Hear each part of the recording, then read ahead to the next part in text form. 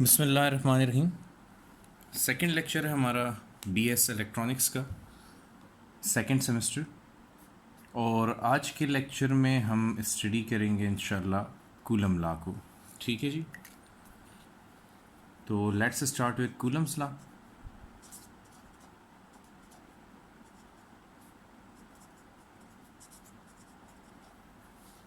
अच्छा, इस टॉपिक का बेसिक पर्पज़ ये है कि अगर दो पॉइंट चार्जेस आपस में इंटरेक्ट कर रहे हैं तो उनके दरमियान जो इलेक्ट्रोस्टैटिक फोर्स ऑफ अट्रैक्शन या रिपल्जन है उसे किस इक्वेशन के मुताबिक फाइंड आउट किया जाए।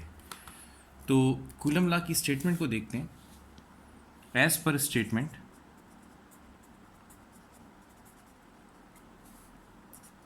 The electrostatic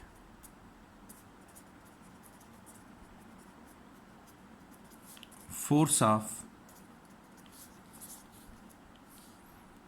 attraction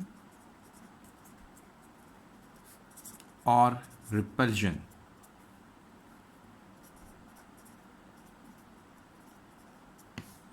between two stationary point charges is directly proportional to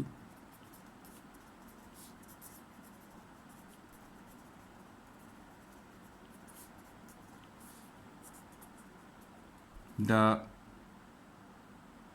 magnitude of is directly proportional to the product of magnitude of two charges and inversely proportional to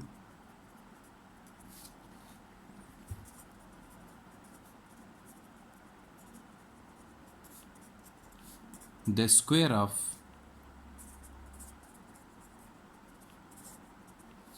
distance between them and it acts along the line joining the two charges। अच्छा, इस लंबी चौड़ी statement को बहुत easily आप split करके समझ सकते हैं। ठीक है, एक्सप्लेन करते हैं। It's quite easy. फ़र्ज़ कीजिए कि आपके पास दो स्टेशनरी पॉइंट चार्जेस हैं। अब ये देखें, जो कुछ यहाँ पे लिखा है मैं उसे ड्रॉ करूँगा तो समझना आसान हो जाएगा। Will have to stationary point charges. ठीक है जी, तो यहाँ पे हम ले लेते हैं चार्ज Q1। लेट्स से ये चार्ज Q1 है, और यहाँ पर हम ले लेते हैं चार्ज Q2। तो ये रहे वो दो stationery point charges, and this is the line joining the two charges। अब अकॉर्डिंग टू कूलम्स लॉ, इन दोनों चार्जेस के दरमियान जो फोर्स है, इलेक्ट्रोस्टैटिक फोर्स ऑफ अट्रैक्शन या रिपल्जन, अगर ये दोनों पॉजिटिव चार्ज हैं तो इलेक्ट्रोस्टैटिक फोर्स ऑफ रिपल्जन, ये दोनों चार्जेस एक दूसरे के ऊपर एक्ट कर रहे हैं at a distance r from each other. तो इनके दरमियान जो इलेक्ट्रोस्टैटिक फोर्स ऑफ रिपल्जन है, that force is directly proportional to the product of magnitude of the charges. इन दोनों चार्जेस के मैग्नीट्यूड के प्रोडक्ट के मैग्नीट्यूड के डायरेक्टली प्रोपोर्शनल होगा। This is number 1। ठीक है, ये हमने पहली स्टेटमेंट में पहले हिस्से में कहा। फिर हमने कहा कि ये फोर्स इन्वर्स स्क्वायर लॉ को ओबे करती है, ये हमने दूसरे हिस्से में कहा। ठीक है, और तीसरा हमने ये कहा कि this force acts along the line joining the two charges, यानी Q1 Q2 पे जो फोर्स एग्जर्ट करता है वो इस लाइन के अलोंग एक्ट कर रही है। इस लाइन के अलोंग आप यहाँ पे भी ड्रॉ कर सकते हो। फॉर एग्जांपल Q1 Q2 पे फोर्स एग्जर्ट करता है, उसको हम F12 कह देते हैं। Q2 as a reaction Q1 पे फोर्स एग्जर्ट करेगा तो उस फोर्स को हम F21 कह देते हैं। तो this force acts along the line joining the two charges. अच्छा, अब अगर आप इसे कंबाइन करें 1 और 2 को, तो F is proportional to Q1 Q2 divided by r square, या फिर F प्रोपोर्शनलिटी को इक्वलिटी में बदलने के लिए कांस्टेंट लगा देते हैं K Q1 Q2 over r square, where K is a constant of proportionality. K यहाँ पर प्रोपोर्शनलिटी कांस्टेंट है, हम इसको इक्वेशन 1 का नाम दे देते हैं, और K की वैल्यू दो फैक्टर्स पे डिपेंड करती है। K is proportionality constant. अब K की वैल्यू किन फैक्टर्स पे डिपेंड करती है? It's value depend upon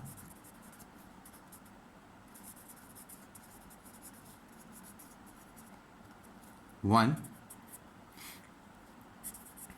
system of units, 2, medium between the charges।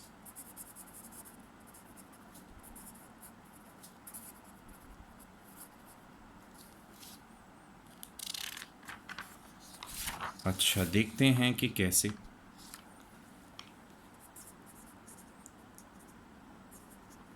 For example, अगर हमारे पास सिस्टम ऑफ यूनिट्स ऐसा ही सिस्टम हो, तो हमने सिस्टम ऑफ यूनिट्स डिफाइन कर दिया कि हमने ऐसा यूनिट्स ले ली, ठीक है, और मीडियम ले लिया हमने एयर या वैक्यूम। तो फिर K की क्या वैल्यू होगी? ऐसे हालात में जो K की वैल्यू होगी, K is equal to 9 into 10⁹ newton metre square per coulomb square. ऐसे हालात में जो K की वैल्यू है वो 9 into 10⁹ newton metre square per coulomb square होगी।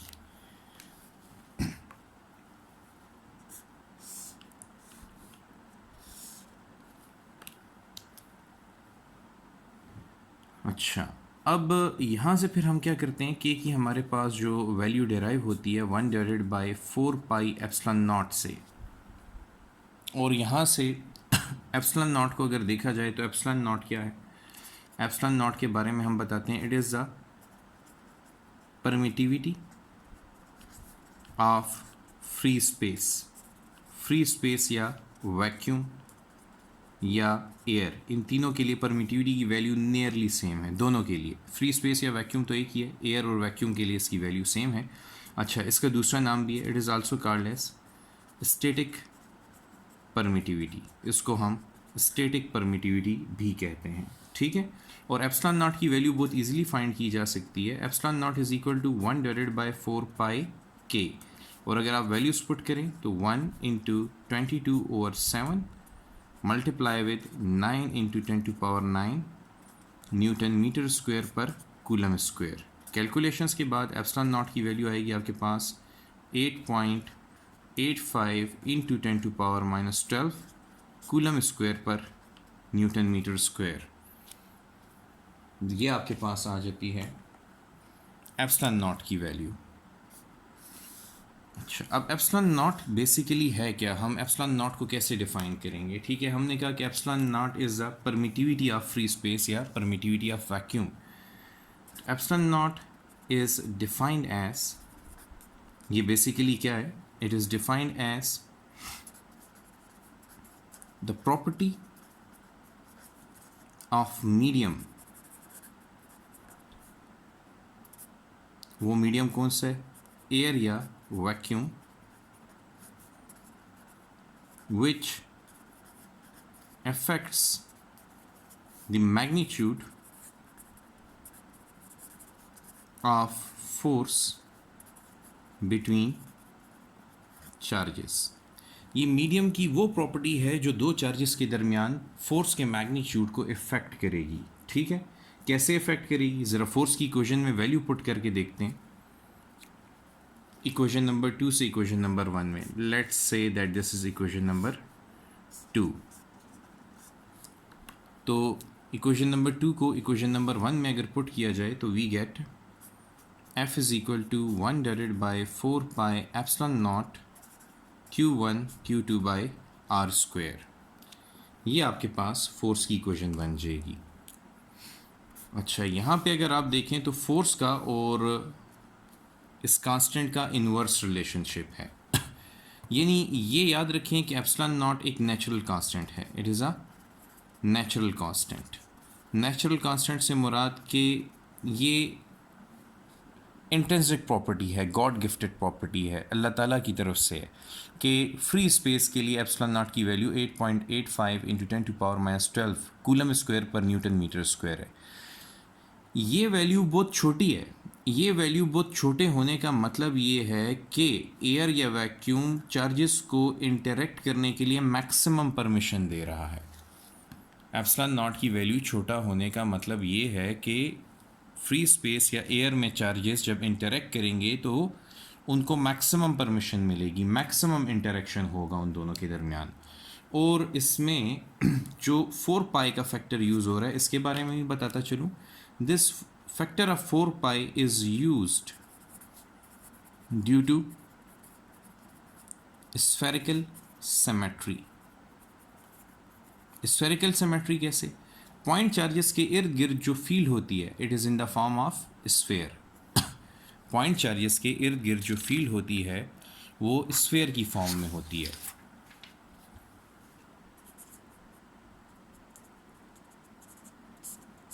तो अगर आप देखें फॉर एग्जांपल ये आपके पास एक पॉजिटिव पॉइंट चार्ज है, तो इस पॉइंट चार्ज के इर्द गिर्द जो फील्ड लाइंस हैं वो रेडियली आउटवर्ड हैं इन the form of a sphere. 3 dimensional space में रेडियली आउटवर्ड निकल रही हैं। जैसे सूरज है तो सूरज से जो शुआएं हैं, जो रेडिएशंस हैं, वो तमाम डायरेक्शंस में निकल रही हैं 3 डायमेंशंस में। तो अगर आप स्फेयर को कंसिडर करते हैं तो स्फेयर के वॉल्यूम का जो फार्मूला होता है उसमें 4/3 पाई आर क्यूब, उसमें भी 4 पाई का फैक्टर यूज़ होता है। और इसके एरिया का जो फार्मूला है 4 पाई आर स्क्वायर, उसमें भी 4 पाई का फैक्टर यूज़ हो रहा है। तो ये 4 पाई जो आया है that is due to spherical symmetry. ठीक है जी। अच्छा, तो हमारे पास मैं दोबारा लिख रहा हूँ इसको, इक्वेशन नंबर 3 का नाम दे देंगे। Force is equal to 1/4 pi epsilon naught Q1 Q2 by r square. ठीक है, ये हमारे पास फोर्स की इक्वेशन बन गई और इसको नाम दे देते हैं इक्वेशन नंबर 3 का। इसके ऊपर अगर आपसे सवाल पूछा जाए तो ये सवाल पूछा जा सकता है कि अगर आप दोनों चार्जेस के मैग्नीट्यूड को डबल कर देते हैं, Q1 प्राइम को आप 2Q1 कर देते हैं और Q2 प्राइम को आप 2Q2 कर देते हैं, तो ये बताइए कि फोर्स का मैग्नीट्यूड कितने टाइम्स इंक्रीज होगा। ठीक है जी। तो फोर्स का मैग्नीट्यूड 4 टाइम्स इंक्रीज होगा। Let's see how. देखें, F prime is equal to 1/4 pi epsilon naught Q1 prime Q2 prime over r square. So अगर आप वैल्यूज पुट करें तो F prime is equal to 1/4 pi epsilon naught Q1 prime is 2Q1, Q2 prime is 2Q2 divided by r square, which is equal to 1 divided by 4 pi epsilon naught into Q1 Q2 over r square into 2 into 2 becomes 4. So f prime is equal to 4 और ये value जो है आप देख सकते हैं कि this value is equal to f. So f prime is equal to 4f, जो फोर्स का मैग्नीट्यूड है वो 4 टाइम्स इंक्रीज होगा। इन अदर वर्ड्स इसमें कितने परसेंट इंक्रीज आया है? 300% increase in the magnitude of force. Student अक्सर समझ बैठते हैं कि 400% इंक्रीज आया है, तो ये याद रखिएगा 300% इंक्रीज आया है, क्योंकि f prime is equal to f तो पहले से थी फोर्स, कितनी फोर्स मज़ीद इंक्रीज़ हुई है? तो 3f फोर्स मज़ीद इंक्रीज़ हुई, तो इसका मतलब 300% इंक्रीज़ आया है यहाँ पर। ठीक है जी, ये मैंने एक्सप्लेनेशन दी है ताकि आपको समझ आ जाए। अच्छा, अब यहीं से हम क्या कर सकते हैं, यूनिट ऑफ चार्ज को डिफ़ाइन कर सकते हैं बहुत smartly. Unit of charge force के एक्सप्रेशन से बहुत ईजीली डिफ़ाइन हो सकता है। तो देखते हैं कैसे डिफ़ाइन हो सकता है। ठीक है जी, तो हम डिफ़ाइन करते हैं 1 coulomb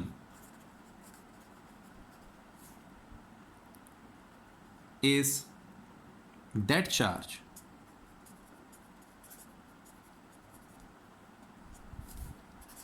which when placed at a distance of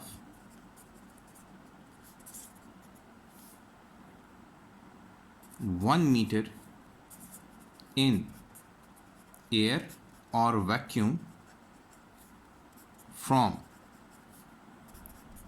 another equal and similar charge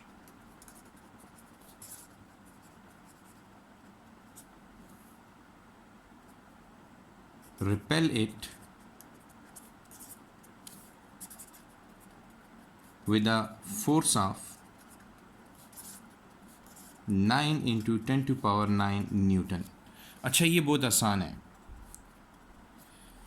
theoretically ज़रा लंबा पड़ता है, लेकिन देखिए मैं आपको एक बहुत आसान सी बात बताता हूँ। फॉर एग्जांपल आपके पास 2 पॉइंट चार्जेस हैं, ठीक है जी, या 2 चार्जेस हैं। ये चार्ज Q1 है ठीक है, ये चार्ज Q2 है। तो जो चार्ज Q1 है ये भी 1 कूलम का है, और ये जो चार्ज Q2 है ये भी 1 कूलम का है, और इन दोनों चार्जेस के दरमियान जो डिस्टेंस है वो 1 मीटर है। तो ऐसे हालात में इनके दरमियान जो फोर्स होगी, the force between the charges is 9 into 10 to power 9 newton. अच्छा, ये कैसे साबित होगा कि इनके दरमियान फोर्स जो है वो 9 इंटू 10 टू पावर 9 न्यूटन है? तो it's quite easy. Equation number 3 में वैल्यूज पुट करें, ऑटोमेटिकली आपके सामने रिजल्ट आता है। देखिएगा,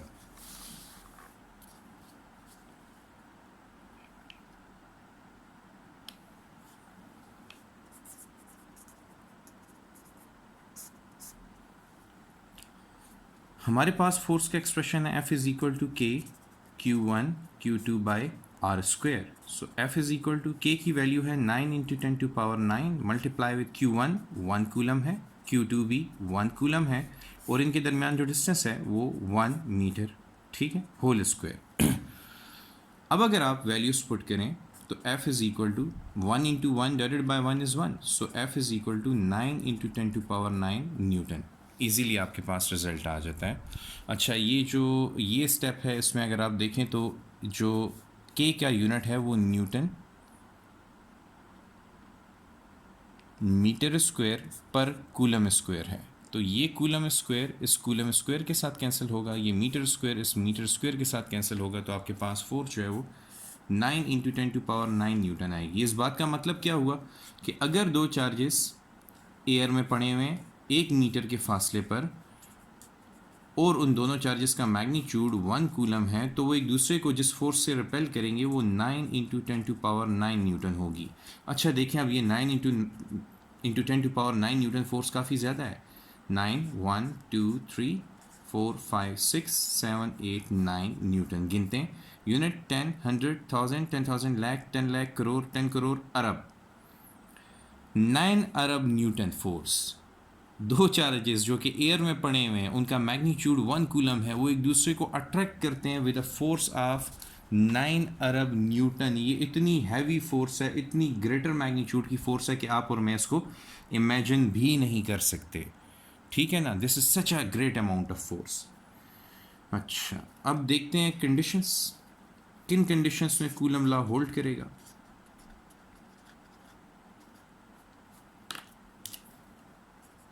तो कंडीशंस तो स्टेटमेंट में ही मौजूद थी। Number 1, charges should be stationary charges. Charges का स्टेशनरी चार्जेस होना ज़रूरी है, इनका रेस्ट पर होना ज़रूरी है, ठीक है जी। और सेकेंडली, चार्जेस का पॉइंट चार्जेस होना ज़रूरी है।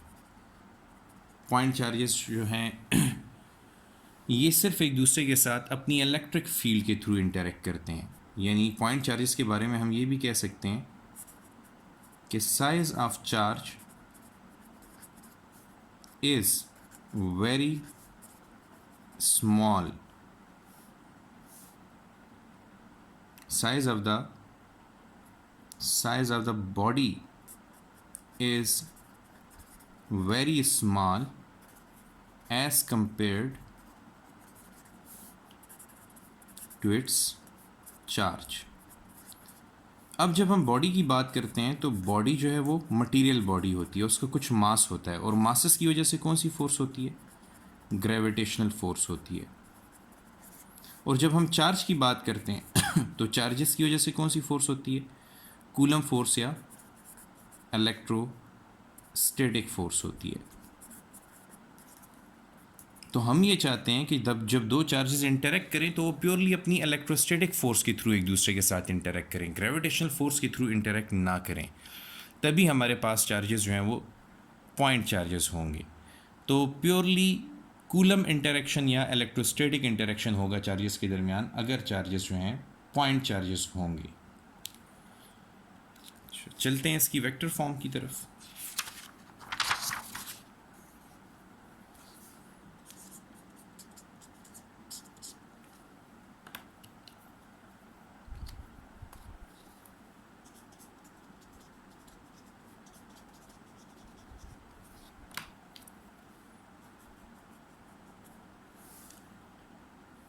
अच्छा, फ़र्ज़ कीजिए कि ये आपके पास एक पॉइंट चार्ज है Q1, ये आपके पास एक पॉइंट चार्ज है Q2 and they both are acting at a distance r from each other. जो चार्ज Q1 है वो Q2 के ऊपर एक फोर्स एक्सर्ट करता है जिसको हम F12 से रिप्रेजेंट कर सकते हैं, और उसकी डायरेक्शन जो है हम यूनिट वेक्टर R12 से दे सकते हैं। इसी तरह Q2 जो है वो Q1 के ऊपर एक फोर्स एक्सर्ट करता है इस डायरेक्शन में, और इसको हम F21 से रिप्रेजेंट कर सकते हैं, और इसके लिए यूनिट वेक्टर R21 असाइन किया जा सकता है। अब according to Coulomb's law, F12 is equal to K Q1 Q2 over R square into unit vector R12। इसी तरह F21 is equal to K Q1 Q2 divided by R square into R unit vector R21। अच्छा, फ़र्ज़ करें कि ये equation number 4 है और ये इक्वेशन नंबर 5 है। अब अगर आप देखें तो unit vector R21 unit vector R12 के अपोजिट डायरेक्शन में, तो फिर हम लिख सकते हैं R12 is equal to minus R21, यानी these two vectors are equal in magnitude but opposite in direction. ये दोनों वेक्टर्स मैग्नीट्यूड में बराबर हैं और डायरेक्शन में अपोजिट है। मैग्नीट्यूड में क्यों बराबर हैं? क्योंकि हम जानते हैं magnitude of unit vector is equal to 1। तो मैग्नीट्यूड ऑफ यूनिट वेक्टर जो है वो तो बाय डिफ़ॉल्ट ही हम जानते हैं दैट इज़ इक्वल टू 1। तो इन दोनों का मैग्नीट्यूड तो बराबर है, डायरेक्शन अपोजिट है, इसलिए हम ये लिख सकते हैं, इसको इक्वेशन 6 का नाम दे दें, और ऐसा करते हैं कि 6 को यूज़ करते हैं 4 में।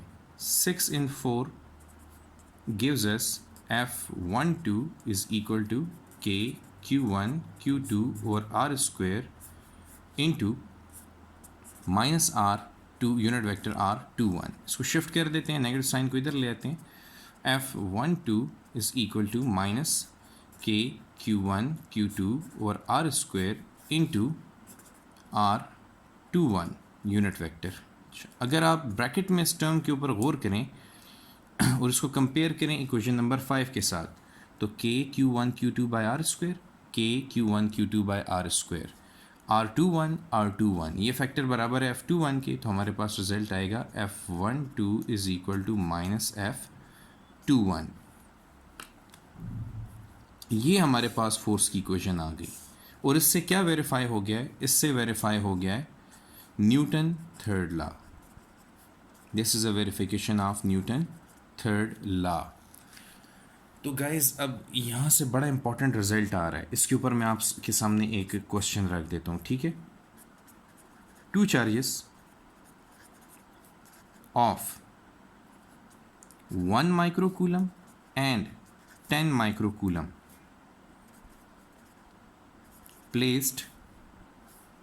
are placed at a distance of 1 meter from each other. The force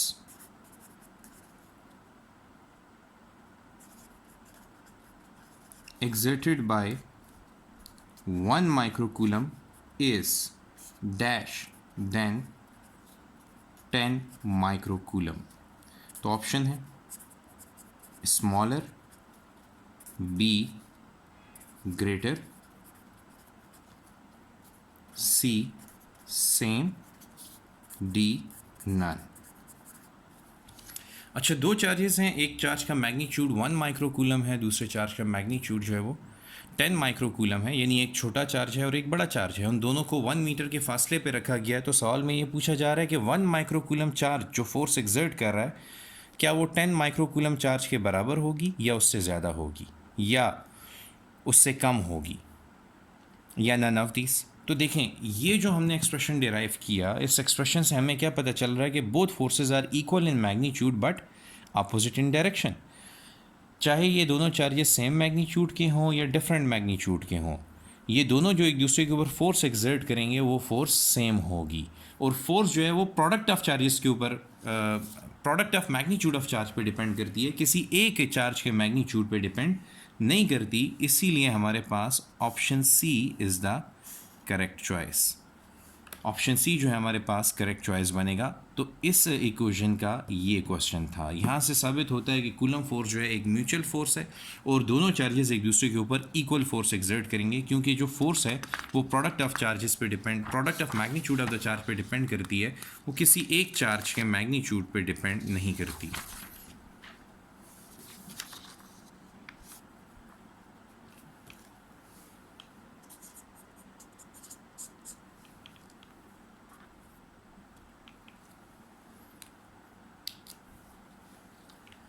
तो नेचर क्या है कूलम फोर्स की? Nature of force. अब ज़रा फोर्स की नेचर को समझने की कोशिश करते हैं जी। कूलम फोर्स की जो नेचर है, it depends upon the sign of the charge. Nature of Coulomb's force depend upon sign of the charge. ठीक है जी। तो यहाँ पे हम ले लेते हैं Q1, यहाँ पे ले लेते हैं Q2, यहाँ पे ले लेते हैं फोर्स और यहाँ पे डिस्क्राइब कर देंगे नेचर।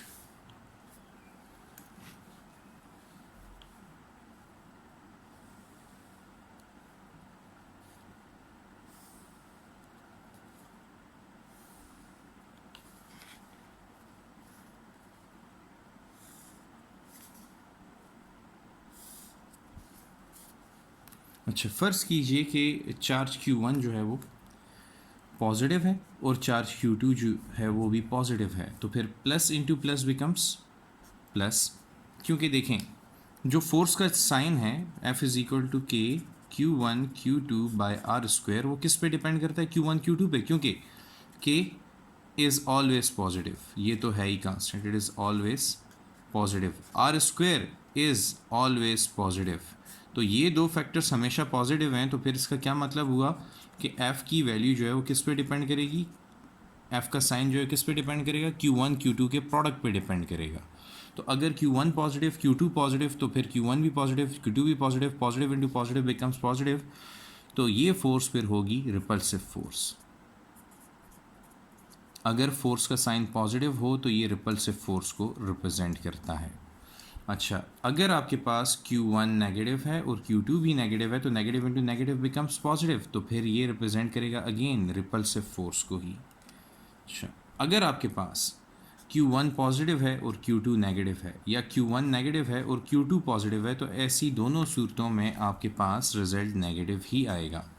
तो अगर फोर्स का साइन नेगेटिव हो तो फिर ये रिप्रेजेंट करेगा अट्रैक्टिव फोर्स को, दोनों सूरतों में। तो ये आपके पास अट्रैक्टिव फोर्स होगी। तो हमने देखा कि nature of the Coulomb force depend upon the sign of the charge. तो चार्जेस का जो साइन है वो डिफाइन करेगा, वो डिटरमिन करेगा कि फोर्स की नेचर क्या होनी चाहिए। तो अगर दोनों चार्जेस लाइक चार्जेस हैं तो फिर फोर्स रिपल्सिव होगी। ठीक है जी। तो like charges repel each other and unlike charges, अगर फोर्सेस चार्जेस अनलाइक चार्जेस हैं तो फिर unlike charges attract each other. हमारे पास ये रिजल्ट आ जाएगा। तो ये नेचर ऑफ द फोर्स पर भी बात हो गई। अच्छा, फाइनली अब हम देखते हैं कि मीडियम का क्या इफ़ेक्ट है। What is the effect of medium on coulomb force? अगर एयर की बजाय कोई और मीडियम आ जाए, कोई मटेरियल मीडियम आ जाए, तो वो कैसे इफेक्ट करेगा कूलम फोर्स को?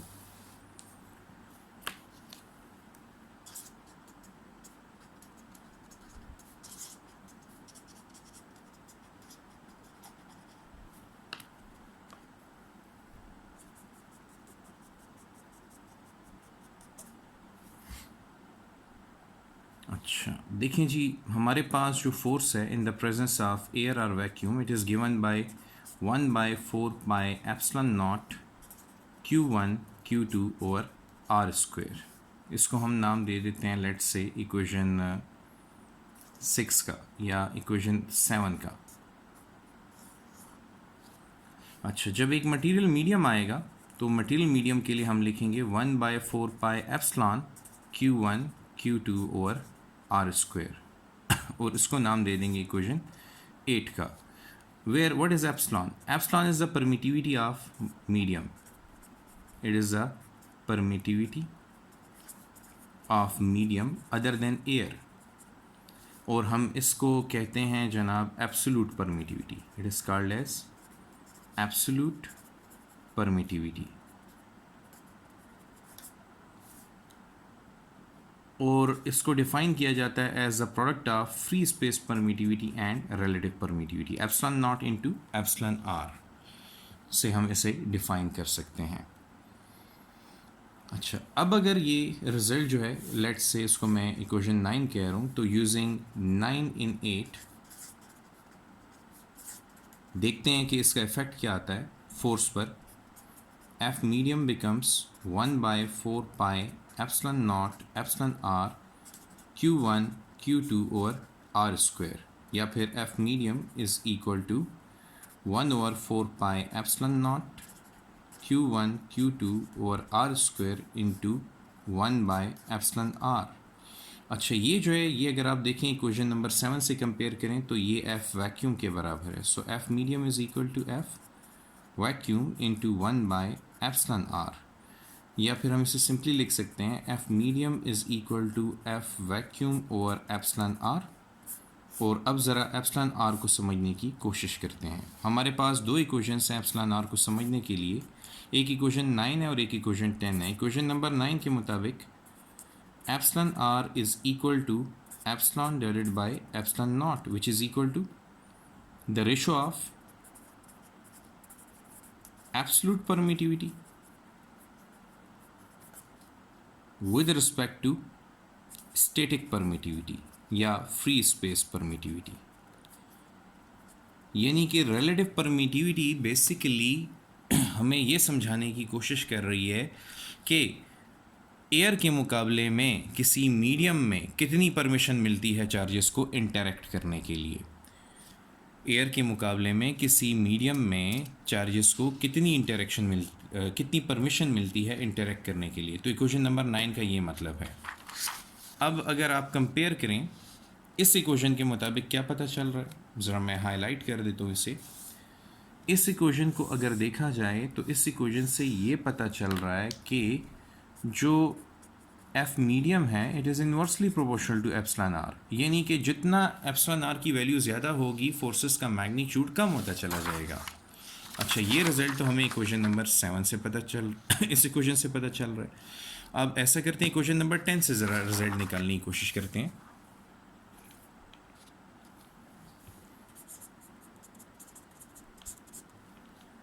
Equation 10 implies that F medium is equal to F vacuum over epsilon r, which gives us the definition of epsilon r, which is equal to F vacuum over F medium।